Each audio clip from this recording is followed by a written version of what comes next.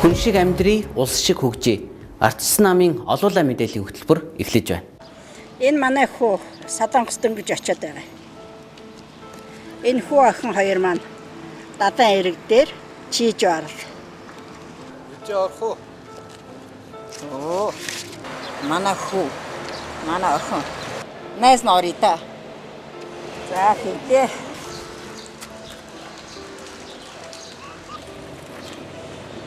Манай хүүхдээ ч содохгүй ирнэ. Ажилтай, орлоготой Монгол хүн.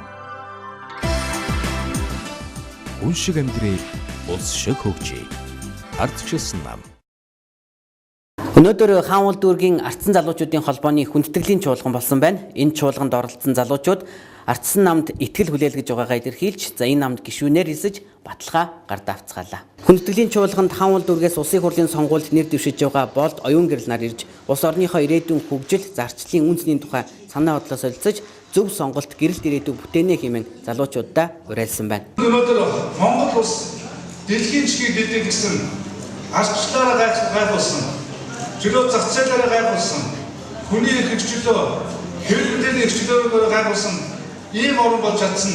Чухамдаа ардсан намын залуучуудын тэмцлийн үр дүн гэж хэлэх ёстой юм аа. Тэгээ хан байхгүй, шал байхгүй, хаалга байхгүй, цонх байхгүй тийм байшин 96 онд барьжээ. Яагаад тийм байсан бэ гэвэл тэр үед бид нар нийслэлийнхаа хүмүүстэй хамт өрсөлдөөгүй. Ерөөсөө их хурд олон холсон юм аа. Орон нутагт хөлгөө, орон нутагт ялгаагүй нам бол хангуу дээвэр шиг ганцаардалтай байсан. Үүлэн дээр тогтож байгаа юм шиг эрх мэдэл маань агаарт тогтож байсан. Газарт хүндээ бүрхэхгүй, ардчилсан үзэлтэй олон түмний хүсэл сонирхлыг газар дээр нь ажил болгож хэрэгжүүлэх гэсэн чинь хан хаалга дутаад байсан. Харин энэ удаагийн сонгуулиар өнөөдрийн ардчилсан залуучууд дээвэртэй, хаалгатай, цонхтой, хамтай бүрэн бүтэн байшин барих ийм боломж анх удаа нэгдэж байна. Ийм учраас би нийслэлээс нэрвэж байгаа залуучуудаа амжилт хүсье. 1990 оны ардсан улсыг ихэвчлэн гар бие оролцож тэмцэж явсан залуучууд өнөөдөр өсөнд бууралдсан нас бие хурч улс төрийн ариун туршлагатай эрс болжээ. Тэд эх орныхоо төлөө шинийг сэтгэж эхийг бүтээж явна. Нэр дэвшигчид залуус захиж хэлэхдээ хүн шиг амьдрий, улс шиг хөгжий, та бүхний өмнө хийж бүтээх шийдвэрлэх зүйлсүүд их байна. Ирээдүйд залуучууд та бүхний гарт байгаа гэлээ. 90-ад оны ихээр ардчлал бүтээж ирсэн энэ хүмүүстэйгээ зүгээс одоо бид ирээдүйдээ ардчлалыг бүтээгээд цаашдаа хөгжүүлнэ гэж бодож байгаа. Энд оролцоод бас маш их баяртай. Хүн шиг амьдрий, улс шиг хөгжих гэсэн уриандаар бид нар энэ сонгуулийнхаа үйл ажиллагаанд оролцож байгаа. Бид энэ сонгуулийнхаа үйл ажиллагаанд хуулга хийж бас ардсан намаа дэмжиж оролцож байгаад бас маш их баяртай байгаа. Сонгон найрхан дүүргийн 24-р хороонд 2262 өрх орсон судаг бөгөөд гэр хорооллынхын толгомдоод байгаа усан сан эрчим үз цахилгааны асуудал мөн л энэ удаад хамгийн чухал сэдвүүн болж байна. Миний мөн зөвхөн төрийн ажилд ажиллаа зогсоогүй. Бизнесийн салбарт, үйлдвэрлэлийн чиглэлд олон үйл ажиллагааг явуулж ингэж үтсэн, дахиад өөрж үтсэн, дахиад маллаж үтсэн, та бүхний нэгэн адил бүхэл юм дундуур туучиж өнөөдрийг хүрсэн юм аа. Тэм учраас энд байгаа бүх хүмүүстэй зориулж хэлэхэд надад бол та бүхнийхэн төлөө зүтгэл, чин сэтгэл бол байна. Итгэл өгвөл би зүтгэдэг юм байна гэж ингэж хэлье. Бид нэр 25 дугаар хорооны Алтан овоо гэдэг газар дээр үчиг хүмүүстэй уулзсан. 300 найз тогийн нүгэлгүй 3 жил болж байна. Бид нар чинь 21-р зуунд амьдарч байгаа хүмүүс мөн бидтэй. Намайг өнөөдөр телевизийн нэвтрүүлэгт ороход нэвтрүүлэгч болгон надаас нэг асуултыг асуудаг. Та компани захирал хүн байж, та эмэгтэй хүн байж, яг чинь улс төрийн тавцанд ирчүүдтэй үзүүлгээд байгаа юм бэ гэсэн. Яагаад гэвэл зөвхөн миний 3 хүүхэд биш, Монголын мянган хүүхдүүд ингэж амьдрмааргүй байгаа. Хүний сайн муугаар явдгүй юм билээ. Мөрийн хөтөлбөрийн оновчтой зөв эсгээр явдаг. Мөрийн хөтөлбөрөө бусад олонход тулгаж өөрөө цөөнх болж явахын зовлон би хангалттай амссан. Өнгөрсөн 4 жилийн хугацаанд ч гэсэн би бусад цөөнхөд болоод өөртөө оногдсон ажлыг бас чадлынхаа хэрээр хийх гэж явсан. Сонгон хайрхнаа сонгогдсон эрх мэрэг хоёр бол иргэдийн төлөөлөгчдийн хурлын дотор цөөнх 9 хүний Хоёр нь болоод явж байсан. Бие биенийгаа бид хоёр сайн мэднэ. Сонгон найрханчууд нэр цэвэр шилдэг залуу улс төрчид энэ удаад ардсан намаас нэр дэвшиж байгаа талархаж байгаагаа илэрхийлээд төрд өөрсдийг нь төлөөлөн суух үед Баян шууны иргэдийн загсан захиасыг билүүлж өгөхийг хүслээ. За энэ уулзалтанд Монгол Улсын баатар Улсын хурлын гишүүн Батуул өргөдөн ирж Баян хушуучуудын хүсэж байгаа гэр хорооллын газрыг хэрхэн үнд оруулах, иргэд өөрийн эдлбэр газартаа орчин үеийн байшинтай болох арга замын талбар тайлбарыг өгүүлсэн нь сонгогчдын таашаалд нийцлээ. Иргэд сонгогчид нэр дэвшигчдийг дэмжинэ гэдгээ илэрхийллээ.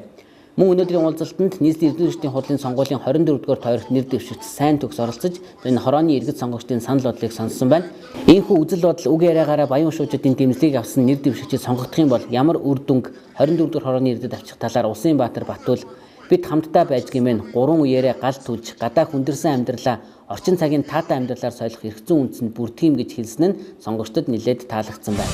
Улсын хурлын сонгуулийн 22-р тойрогт буюу Баян зүрх дүүрэгт ардсан намаас нэр дэвшигч Батзандан, Нарантуяа, Ган хоёрыг нар сонгуулийн сурталчилгаагаа эхлүүлсэн байна. Улсын хурлын сонгуулийн 22-р тойрогт ардсан намаас нэр дэвшигч хууль зүйн ухааны доктор Батзандан, Улсын хурлын гишүүн Ган хоёрыг ардсан эмэгтэйчүүдийн холбооны гүйцэтгэх захирал Нарантуяа нар Улсын хурлын сонгуулийн сурталчилгаагаа Баян зүрх Налайх дүүрэгт эхлүүлжээ. Нэр дэвшигчид бүхий өргөнд сонгуулийн сурталчилгааг эхлүүлж сонгогчтойгоо уулзсан бөгөөд тус арга хэмжээнд Баян зүрх Налайх дүүргийн 2500 гаруй иргэд сонгогч ардсан намын гишүүд дэмжигчд оролцжээ. Монгол оронд маань хариуцлагатай шудраг Монгол орн бий болохын төлөө ардчилсан нам сонгуульд орж байгаа. Миний хувьд хууль шүүний хувьд хууль шүүхийн шинтгэлийн асуудал дээр илүү анхаарлаа хандуулж ажиллах болно гэдгээ сонгогчдоо амлах байна. Энэ үеэр хууль зүйн ухааны доктор Батзандан өөрийн санал болгон оруулсан ардсан намын сонгуулийн мөрийн хөтөлбөрийн эрх чөлөөтэй Монгол хүн хэсгийн шудраг ёс, хууль, шүүхийн шинжилгээний талаарх асуудлуудаар илтгэл тавьсан сонгогчдын талархлыг хүлээж байна. Түүнийг ардсан намаас энэ удаагийн сонгуульд нэр дэвшиж байгаа шилдэг залуу улс төрчдийн нэг гэдгийг намын нөхд нь онцллоо. Би та бүхний нэгэн адил авилгагүй Монголд амьдрахыг хүсдэг. Би та бүхний нэгэн адил хууль шүүхийн өмнө хүн бүр ижилдэгш байдаг нийгэмд амьдрахыг хүсдэг. Улсын хурлын 22-р тойрогт ардсан намаас нэр дэвшигч Батзандан, Нарантуяа, Ган уяг нарын сонгуулийн сурталчилгаа инхүү амжилттай эхэллээ.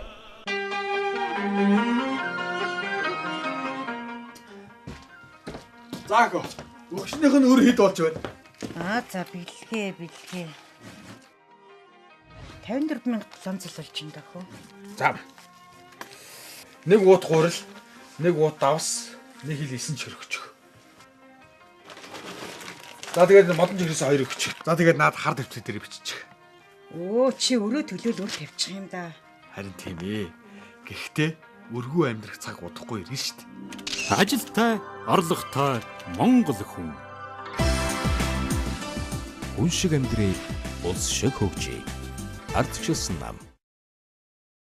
Олуулаа мэдээллийн хөтөлбөр зочны цагаар үргэлжилж байна. За ардсан нам энэ удаагийн улсын хурлын сонгуульд нэр дэвшүүлсэн 76 нэр дэвшигчийн 16 эмэгтэй байгаа. За тэдний төлөөлөл ардсан намын үндэсний зөвлөлт хорооны гишүүн. За энэ удаагийн сонгуульд ардсан намын намын жагсаалтаар нэр дэвшиж байгаа. Цагааны оюун дээр энэ удаагийн зочноор оролцож байна. Биш юм уу?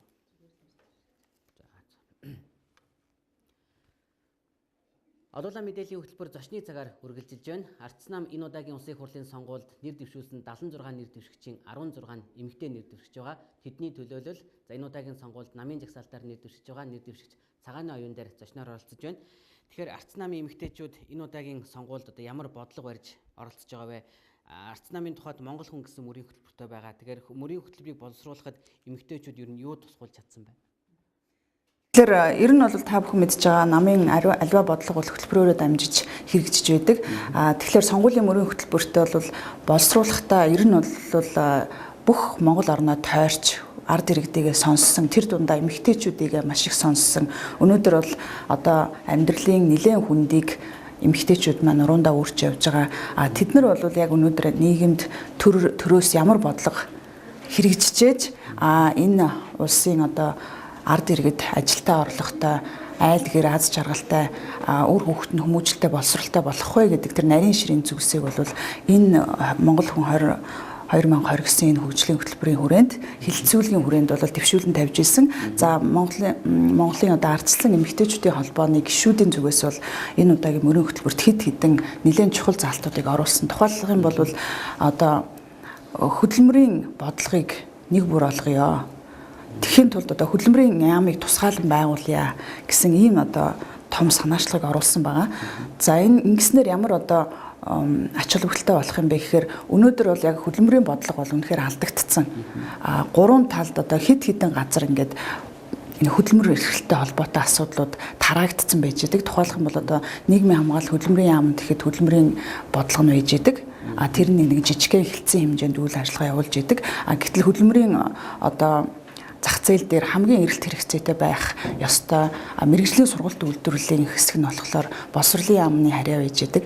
Ажлын байрыг бий болгодог тэр жижиг дунд үйлдвэрлэлийг одоо асуудал нь болохоор хүнс үдэ аж ахуйн яамны харьяанд байж идэг. Тэгэхээр энэ бүхэн маань өөрөө ингээд тус тусдаа өөр яамны харьяанд байж байгаа учраас бодлого нь нэгтгэж чаддгүй. Ингээд өөр өөртөө тус тусдаа яваад идэг хүмүүс ч гэсэн энэ дээрээс болоод аль нь хаана очиж хандхаа мэддэггүй. Ингээд чирэгддэг. Эндээсээ болоод ерөөсөө ингэж одоо туйлдж яхаар гэртээ зүгээр сууж гэсэн ухралтын байдал руу орох, хан мөргөх энэ үйл ажиллагаа маань өөрөө энэ зохион байгуулалтын асуудлаас болж байгаамаа. Тэрнээс гадна энэ хөдөлмөрийн яам байгуулснаар өнөөдөр ингээд асуудлыг цогцоор харах болцоотой болсноор өнөөдөр яг Монгол орны хөгжилд ямар одоо мэрэгжил илүү чухал байгаа гэдгийг харж тэндээс үүдэж одоо хичнээн залуучуудыг одоо өндөр технологийн боловсролд явуулахын хичнээн залуучуудыг ямар мэрэгжлэр ирээдүйд сургахын одоо өнөөдөр ажилгүй байгаа ажил олоход бэрхшээлтэй байгаа залуучууд ялангуяа дээрээс нь 40-оос дээш насныхан одоо нийгмийн яг тэр шилжилтийн үеийн хүндийг туулж тэр үед одоо гахаа зөөж тийм ээ хоосон байсан лангууг дүүргэж байсан 8 хийж байсан тэр улсууд өнөөдөр одоо ямар ч ингээд ажлын байргүй боловсралгүй ингээд үлдсэн байж идэг. Тэгэхээр энэ улсуудыгаа дэмжих давтан сургалтанд сургах дээрэс нь хамгийн чухал одоо манай эмэгтэйчүүдийн хөтөлбөрт оруулж чадсан бас нэг чухал заалт бол яг саяын зүйлтэй уялдаатайгаар тэтгэвэр тогтоолох асуудал байгаа. Энэ насны улсууд өнөөдөр тэтгэврээ тогтоолох болоход нөгөө ажилласан жилийнх нь хугацаа хүрдэггүй. Тэр үед тэр хэд зүгээр сууснаг үгүй. Өнөөдөр жинхэнэ одоо гахаа зөөж тийм ээ хоосон байсан лангууг дүүргэж одоо Монголын нийгмийн шилжилтийн хүнд үеийг туулж ирсэн энэ хүмүүс маань өнөөдөр тэтгэвэр тогтоолох насандаа хүрч яадаг. Гэтэл тэд нар маань нөгөө байгууллагад харьяалагдаагүй. Хамгийн хүндийг үүссэн мөртлөө байгууллагад харьяалагдаагүй ийм байдалтай байж идэг. Тэгээд дараа нь тэр шилжилтийн үеийн дараагаар тэд нар чинь ингээд нэг ажил төрөлд ороод ингээд явж идэг. Гэтэл ажилласан жил нь хүрхээ болцсон. Энээсээ болоод хамгийн хүндийг үүсчихсэн улсууд маань хамгийн бага тэтгэвртэйгээр ингээд би бол тэтгэврт суух нийгмийн одоо гавьяага шудраг бусаар үнэлүүлэх тийм байдалд хүрээд байгаа. Тэгэхээр энэ бүх нарийн ширийн зүйлсийг бол манай эмэгтэйчүүд олж харж мөрийн хөтөлбөрт тусгаж чадсан нь бол сонгогчдод нэлээд одоо хэрэгжиж одоо ардсан намыг бүрэн дэмжиж ялуулж чадвал үнэхээр одоо нийгэмд тустай хүмүүст жинхэнэ хүрч чадах ийм бодлогод болж чадсан гэж бодож байгаа. Түрүү хэлсэн 76 нэр дэвшигчийн 16 эмэгтэй нэр дэвшигчээ гэдэг бусад улс төрийн намуудын нэр дэвшигчдийг харж байхад ардсан намын эмэгтэй нэр дэвшигчид бас их олон байгаа. Тэгээд олуулаа нийлжээж бас олуулаа ялж ээж өөрийн жилдгээр олуулаа болж ээж энэ бүгдийг одоо хэрэгжүүлэх учиртай. Тийм учраас эмэгтэйчүүд бас зорилго нэгтэй гар нэгтэй байгаа. Тэглгүй яах вэ? Ер нь бол монголчууд олуулаа байж ээж хүчтэй гэж ярьдаг. Өнөөдөр ардчилсан хувьсгалыг ч гэсэн яагаад өнөөдөр монголчууд дэлхийд гайхагдсан тийм хамрын огтны хамраас ч цус гаргаагүй хий болсон болсон юм бэ гэхээр бүх хүн энэ өөрчлөлтийг хүсэж исэн, олуулаа нэгдэж чадсан. Жанжны талбайг одоо ямар ч одоо юуны дарамтаар тийм ээ намын гишүүний дарамтаар ч гэдэм үү хүчээр цуглуулж дүүргэж чадаагүй тэр талбайг хүмүүс хүслээрээ дүүргэж энэ хувьсгалыг хийж исэн. Тэгэхээр олуулаа байна гэдэг бол үнэхээр хүчтэй. Зүгээр бас нэг зүгээр саяхны жишээ гэлтэхэд одоо юу штэ 5-7 ордыг 6 хуваагаад гадныханд өгөх гэжсэн.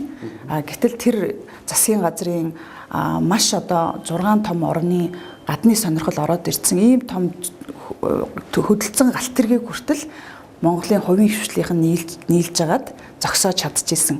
Тэгэхээр ерөөсөө олуулаа байхын хүч гэдэг маань өөрөө ийм үн цэнтэй, ийм одоо энергитэй зүйл байдаг. Тийм учраас ардсан намд өнөөдөр энэ удаад бол үнэхээр олуулаа цуглаж чадаад, олуулаа одоо ялалт авчирч чадах юм бол энэ улс орны одоо цаашдын хувьд яг зөв зүйтэйгээр эргүүлэхэд бол маш их тустай болно гэж бодож байгаа. За дээрэс нь мэдээж эмэгтэйчүүд маань бол квотоор энэ удаагийн сонгуульд нэлээд одоо өндөр хувьтаагаар оролцож байна. Энэ бол бас аюул том үзэгдэл.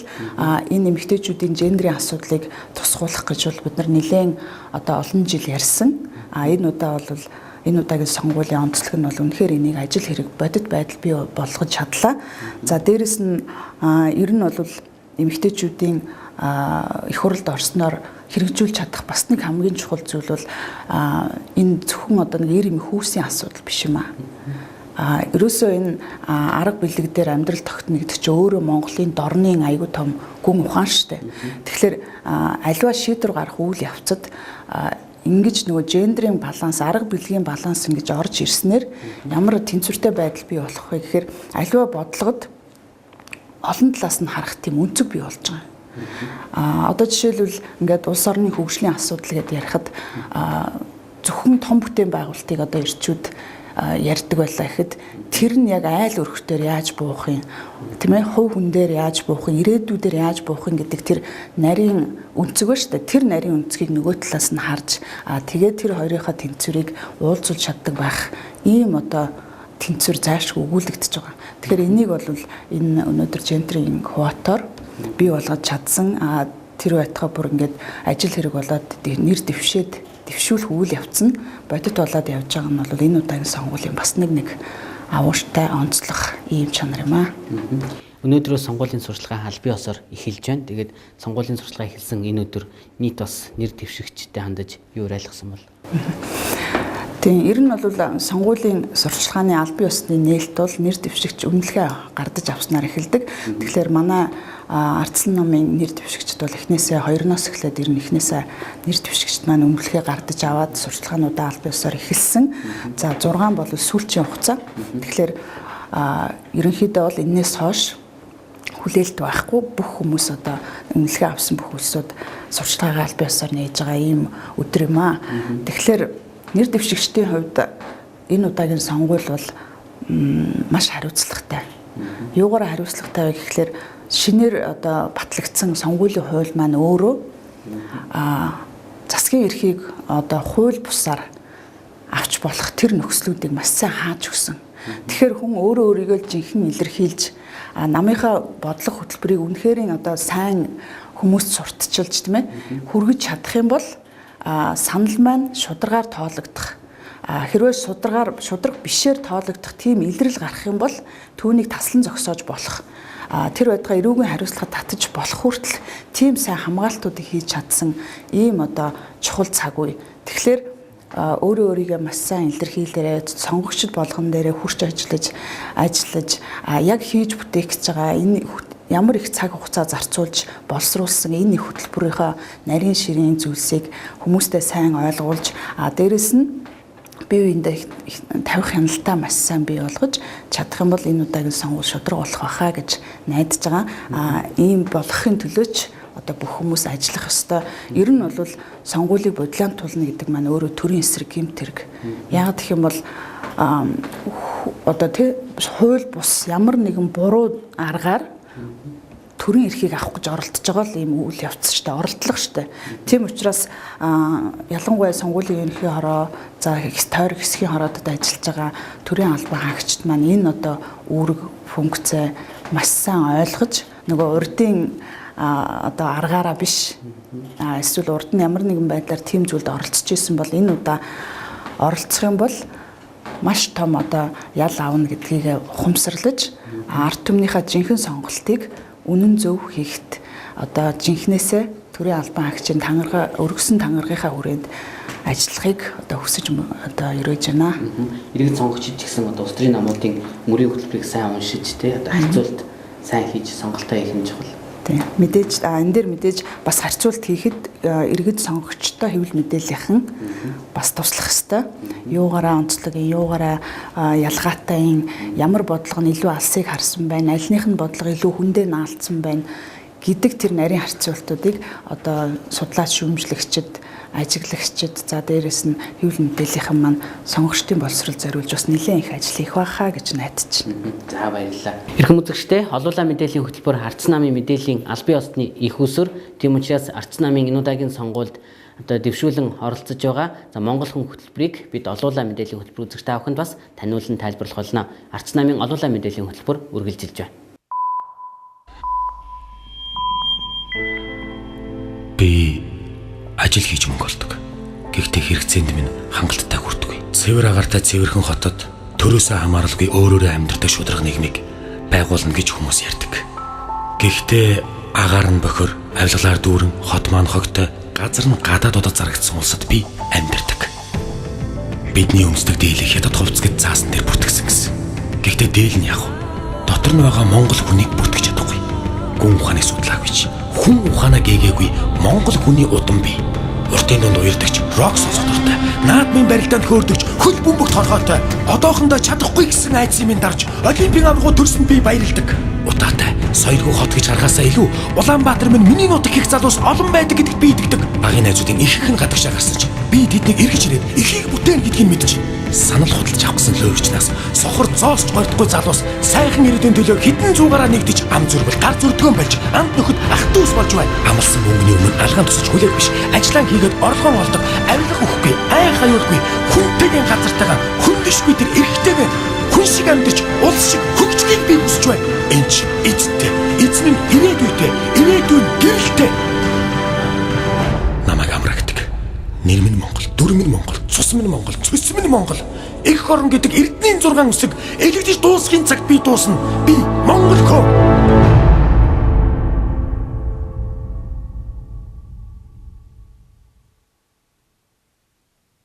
Монгол улс өнөөдөр гаднаас ялангуяа урд хөршөөс ажиллах хүч оруулахаасаа илүүтэй дотоодынхон болсон хүчнийг ажлын байраар хангаж дэмжиж ажиллах учиртай. Ялангуяа уул уурхайн салбарт мэрэгжлийн сургалт үйлдвэрлэлийн төвд суралцагчид төрийн дэмжлэгийг хүсэж байна. За энэ тухайга Ардчилсан намаас Баян хонгор аймагт нэр дэвшигчдийг иргэд сонгогчтойгоо уулзах үеэр хөндөгдсөн байна. Өнөөдөр манай улс бүтээн байгуулалтын ажлууд дээр урд хөршөөс хятадаас болсон хүчин ихээр оруулж ирж ажиллаж байгаа. Ялангуяа зам барилгын ажил эд өрнөж эхэлсэн энэ үед өдөрт 200-300 хятад иргэн Монгол руу барилгын болон уул уурхайн салбарт ажиллах хүчээр орж ирж байна. Сүүлийн жилүүдэд мэрэгжлийн сургалт үйлдвэрлэлийн төв суралцагчдын тоо нэмэгдэж улсынхаа бүтээн байгуулалтанд гар бие оролцох залуус бэлтгэгдэн гарч байгаач ажлын үнэлэмж нь хятад солонгочдоос бага байгааг залуус ярьж байна.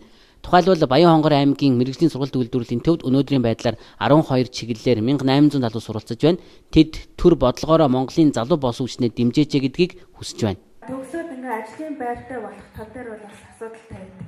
100 мянган айлын орон сууцыг барихад хэдэн хүн барих ёстой. Энийг ихэнх нь монголчуудаараа бариулах юм бол энэ барилгад оролцож байгаа хүмүүс мэрэгжлийн сургалтын төвөөрөө дамжаад шинэ обана сантехникийн сантехник дээврээ засдаг шалаа тавих юм бол тэр хүн тэр компаниас цалин аваад тэр цалингийнхаа тодорхой хэсгийг нөгөө барилгын компани зээлэнд ороод ингээ моргшин зээлтэй болоод ажиллаа хийгээд орон сууцтай болох нөхцөлийг бүрдүүлэх юм програм байсан байна. Тэгээ энэ програм үндсэндээ зогсоосон. Тэр нөгөө олонх болгож өгөөч гэгээд яриад байгаа маань энэ байхгүй. Бид нар олонх болох юм бол энэ ажлыг хийх юм байна. Бид нэр алийн болгон бас тийм юу харах уу? Хүний хөгжид харж бас алийн болгон улсын гар харах уу? Бас өөрсдөө ажиллаж амьдрах хэрэгтэй. Энэ халамжийн үйлчлэл биднэрт болон бидний үеийн залуусд халамжийн үйлчлэгийг тэмцэх таалагдгүй гэж би боддог. Яагаад гэвэл 21 мянгаар бид нэр ирээдүйн төсөөлөхийг харахгүй 21 мянгаараа бид нэр амьдарч чадахгүй. Ийм ч болохоор бид нэр өөрсдөө бүтээж, өөрсдөө сэтгэж, өөрсдөө хөлмөрлөж, өөрсдийнхөө ачсан нийгэмдээ өөрсдийнхөө амьдрахыг маш их хүсдэг байгаа. Өнөөдөр иргэдэд олгох бэлэн мөнгөний амлалтаа биелүүлэхийн тулд хөгжлийн бэрхшээлтэй иргэд болон ахмадуудад сонгуулиас өмнө амжиж 1 саяыг нь тарааж байгаа. Энэ мөнгийг Монголын ирээдүйд орох хөрөнгө оруулалтаас зээлж олгож байгаа. Ингэснээр одоо тараасан энэ мөнгөний өрийг Монголын хойч ирээдүйд төлөх болцоход байгаа. Хоёр толгой ярьж монголчуудын толгойг эргүүлж 21 мянган төгрөг тараасан болж цаанаа эрх мэдэлтэй 20-оотхон гэр бүл хит их баяжж байгаа өнөөгийн төрхийг өөрчлөх цаг болсон гэдгийг залуус ярьж бас хүсэж байна. Энэ манай хүү Саданхс дөнгөж очиод байгаа. Энэ хүү охин хоёр маань дадан эрэг дээр чийж орол. Ичээ орох уу? Оо. Манай хүү. Манай охин.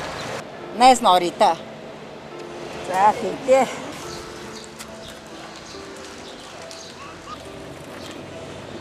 Манай хүүхдээ ч содохгүй ирнэ. Ажилтай, орлоготой Монгол хүн. Хүн шиг амьдрий, улс шиг хөгжий. Ардчилсан нам.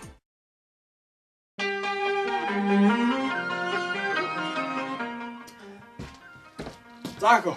Өгшнийх нь өр хэд болж байна? За бэлгээ. 54,700 болж байна даа. За. Нэг уут гурил, нэг уут давс, нэг хил 9 чирхөчих. За тэгээд модон жиргээс 2 өгчих. За тэгээд наад хар дэвтэр дээр биччих.